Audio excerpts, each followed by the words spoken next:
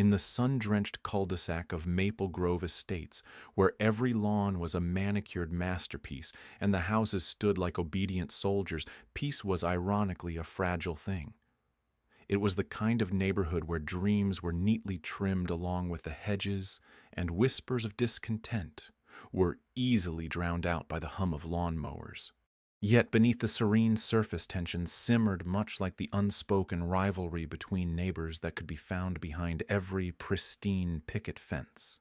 I lived on the corner lot with a dog named Baxter who had the soul of an opera singer trapped inside a Labrador's body. His barks were not frequent, but when they came, they carried a cadence as rich as a tenor's. It was this symphony that caught Karen's attention. Karen, who lived across the street, was the self-appointed overseer of our homeowners association.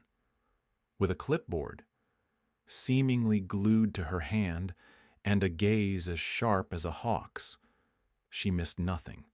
The first notice slipped under my door was a polite reminder about noise levels. Printed on crisp paper, it spoke with the authority of a judge. It was signed with a flourish that seemed to compel obedience. I shrugged it off, attributing it to the delicate balance of suburban life, where tolerance often wore thin. After all, Baxter's impromptu concerts were rare and brief, more an expression of joy than a cacophony of chaos. However, Karen's discontent was not to be so easily placated. She had a penchant for order, a relentless pursuit of tranquility that bordered on obsession. Each morning as the neighborhood roused itself from slumber, Karen would emerge to patrol her domain, eyes flickering as she noted the slightest deviations from perfection. That week, Baxter's occasional arias became the crescendo of her disapproval. Another missive arrived this time, less courteous, more demanding. I read it with a mix of amusement and resolve. There was a certain irony in the fact that a neighborhood priding itself on community spirit could be so easily disrupted by the voice of one dog. Yet I resolved to remain calm, to let the storm of her displeasure pass over me like a summer squall. I listened to her whispered complaints during neighborhood gatherings, disguised as casual conversation. The words were barbs meant to provoke, yet they did not pierce. Then came a morning when the air was heavy with anticipation, as if the very atmosphere knew something would change. It started with an unexpected sound, not the joyful bark of Baxter, but a screeching voice that shook the quiet like a wrecking ball. Karen's parrot, a vibrant creature, with feathers as colorful as its language was crude, had been left by an open window. Its mimicry was uncanny, and it had picked up on Karen's more heated conversations, particularly those where she unleashed frustration upon unsuspecting children for their boisterous play. Neighbors paused hedge trimmers and lawn mowers, silenced by the parrot's piercing performance. The irony was thick enough to taste. The disapproving voice of Karen, amplified and exposed by her own pet, rang out across the manicured lawns. The parrot had become an involuntary whistleblower, its squawks echoing the truth that had been hidden behind closed doors.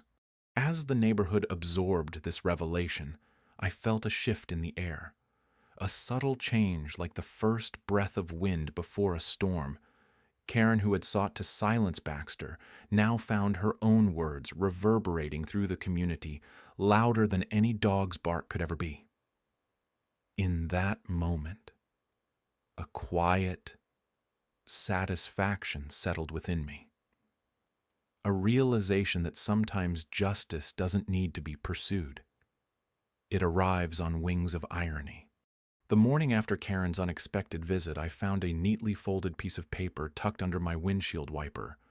The bright red font screamed, HOA citation, in a way that seemed unnecessarily aggressive for the quiet neighborhood we lived in. At first glance, it appeared to be an official warning about noise disturbances, but as I read on, the accusations bordered on the absurd.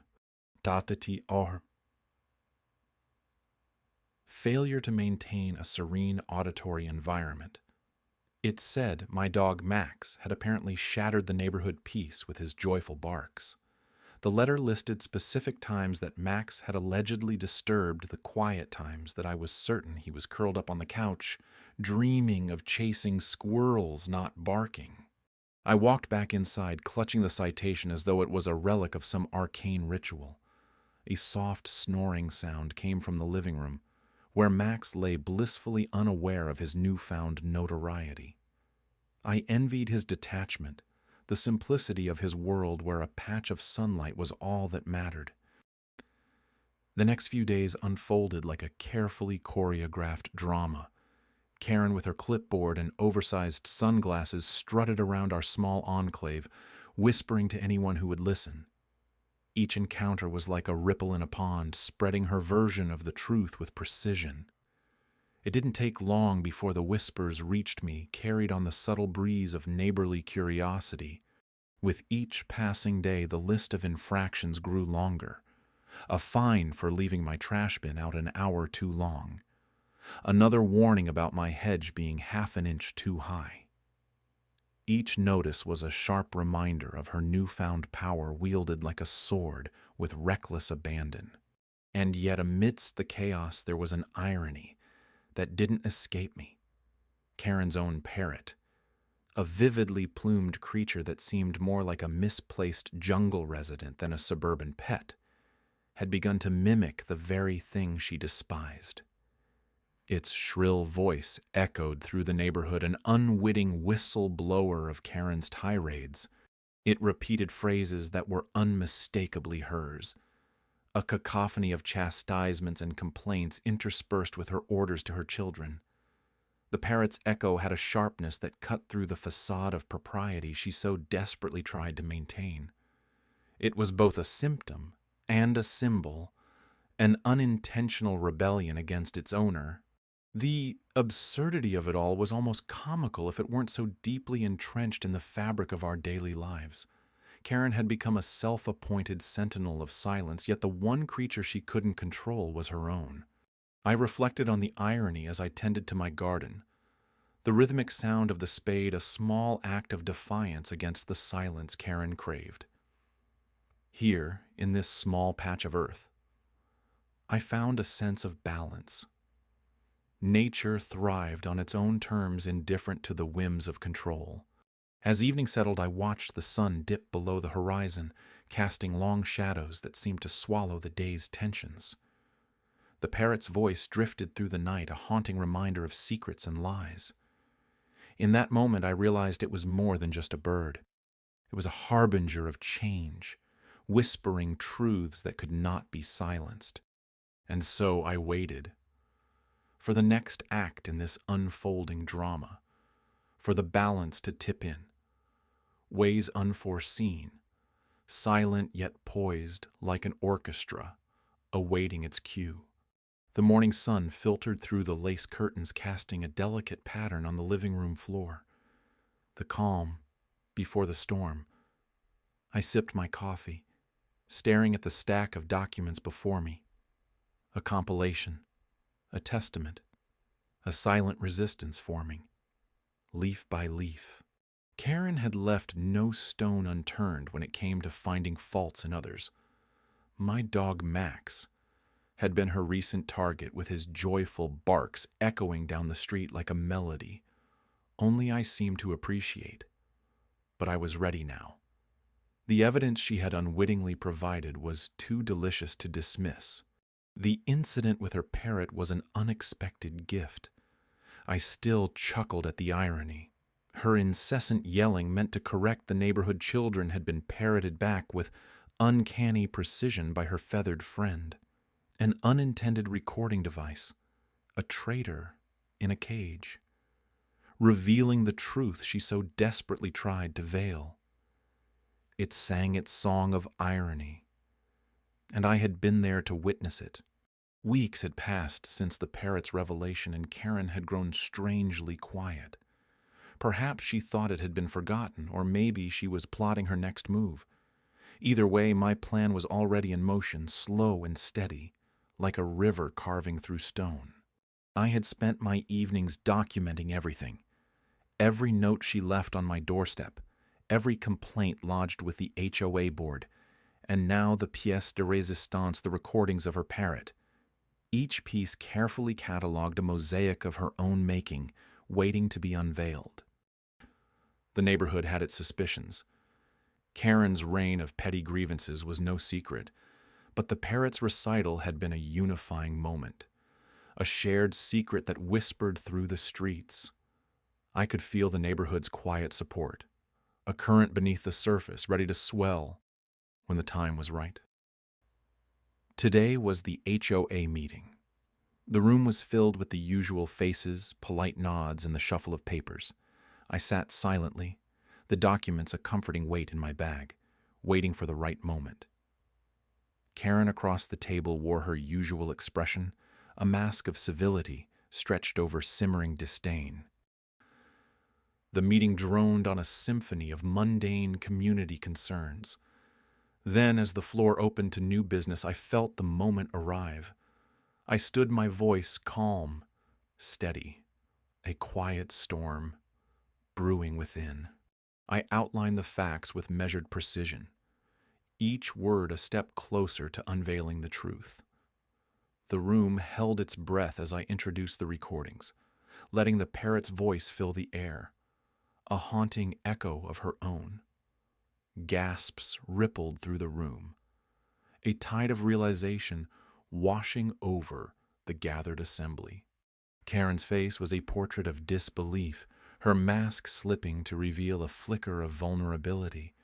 For a moment, just a heartbeat, I saw the possibility of understanding a glimpse of the woman behind the tyrant. The board members murmured amongst themselves, eyes flicking between Karen and me.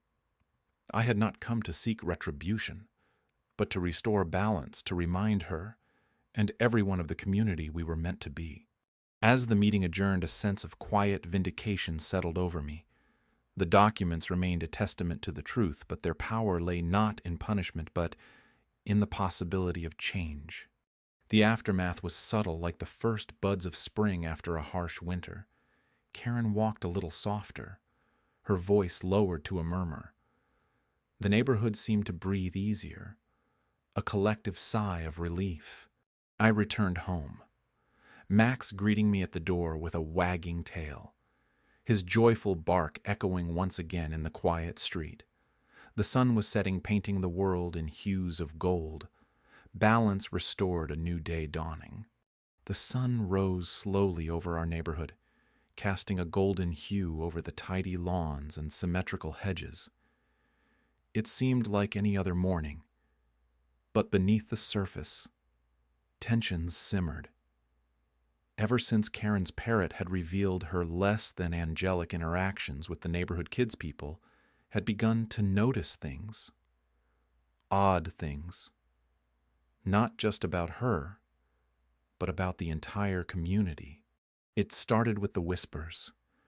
They were subtle at first, like the gentle rustle of leaves in a breeze, but soon they grew louder, a chorus of discontent threading its way through the neatly arranged houses.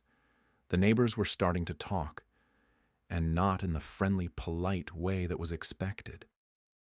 Conversations were laced with an edge, a certain sharpness, as if the mask of suburban perfection had slipped even just a fraction. I watched it unfold from my porch, sipping coffee and pretending to read a book. From here, I had a view of the entire street. The Smiths, whose dog always barked at the mailman, were talking animatedly with the Johnsons. Their heads were bent close together, eyes darting around, as if ensuring no one was eavesdropping.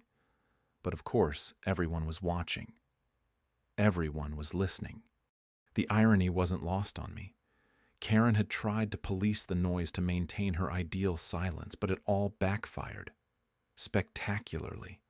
Her own screeching parrot had become the neighborhood's unwitting informant, a feathered whistleblower that turned her own weapons of control against her.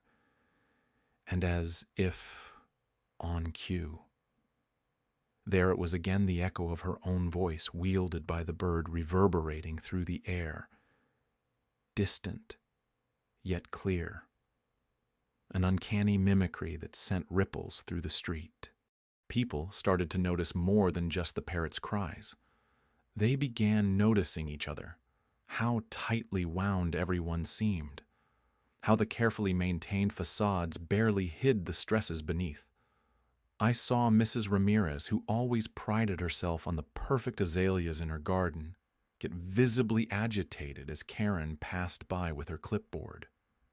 Tension crackled in the spaces between them like static before a storm.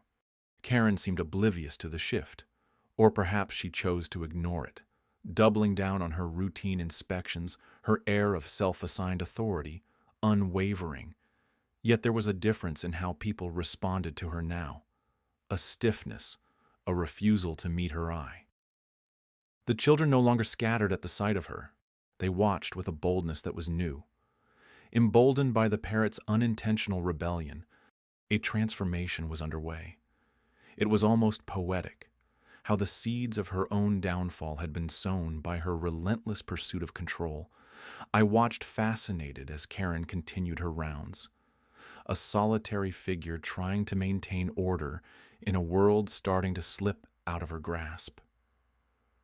Her footsteps echoed on the pavement, a steady rhythm that belied the chaos she had inadvertently unleashed. There was an inevitability to it all, like a wave-building strength ready to crash. Karen's reign had always seemed unassailable, yet here it was, unraveling piece by piece. The neighborhood was waking up, eyes wide open, and I couldn't help but marvel at the irony. She had wanted silence control, and instead found herself at the center of a storm of her own making. I leaned back, letting the warmth of the sun seep into my skin, and watched as the neighborhood slowly came alive. Conversations rose and fell, each one adding to the tapestry of change.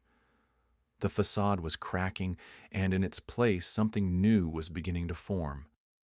Something real. I wondered how long it would take before Karen saw it too. Before she realized the battle was not just against noise, but against the very spirit of the place she had tried to mold in her image. As the day stretched on, the air shimmered with possibility. The neighborhood was abuzz, the rhythm of life pushing back against the stifling silence.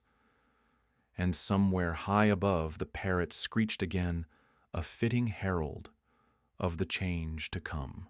The noise from Karen's parrot repeating her own scoldings at the top of its feathery lungs had been an unexpected catalyst. It had turned the tides in our small, insular community. I suppose everyone has their breaking point. For most in our neighborhood, it was the screeching echo of Karen's own words, reverberating from her sunroom where, ironically, she often sat to escape the chaos she accused my dog of creating. In the ensuing weeks, the atmosphere shifted subtly. Neighbors exchanged knowing glances when Karen passed by, a silent acknowledgement of shared exasperation. It wasn't long before whispers spread like the autumn leaves swirling across our lawns. There was something liberating in the realization that I wasn't alone in my frustrations. I watched as the facade Karen had so carefully constructed began to crumble, each squawk from her parrot, chipping away at its foundation. I moved quietly, a steady current beneath a deceptively calm surface. Legalities were my silent weapon, and I wielded them with precision. It wasn't about vengeance, it was about justice. The Homeowners Association, once a tool wielded by Karen to impose her will, now became a mechanism to hold her accountable. I had studied the bylaws, every insidious clause she had twisted to her advantage. Our next meeting was one for the books. The room, usually a stifling mix of forced smiles and passive-aggressive pleasantries, hummed with a different energy. Karen sat at the head of the table, her expression a mask of brittle confidence. The parrot perched on her shoulder was a silent witness, a symbol of her unraveling control. I presented my case with calm precision. The bylaws I pointed out applied to everyone equally. Karen's incessant noise violations, courtesy of her parrot were no less disruptive than my dogs once were. I argued, my voice steady and unwavering. The irony was not lost on anyone. Karen's face, usually a canvas of steely determination, flushed a deep crimson. The room was silent anticipation, hanging thick in the air. And then the parrot broke it, an unwelcome echo from weeks past. Its timing, impeccable, too loud, too loud. A ripple of laughter quickly stifled swept through the room. The irony was palpable, a bitter taste on Karen's tongue. It was a moment of truth, stark and undeniable. The vote was swift, the decision unanimous.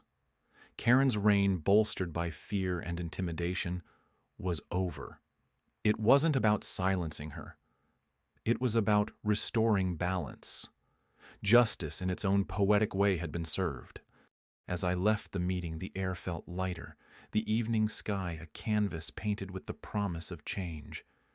A few neighbors nodded, small gestures of camaraderie in the wake of shared victory. I returned home to my loyal companion, whose presence was a constant comfort, a reminder that even the smallest voices can make the largest impact. The parrot, that unlikely ally, continued to be a presence in the neighborhood, its voice a lingering reminder of a time when echoes brought the truth to light. And as for Karen, her silence was the loudest statement of all. A quiet buzz of conversation filled the room as neighbors gathered in the community center for the monthly Homeowners Association meeting.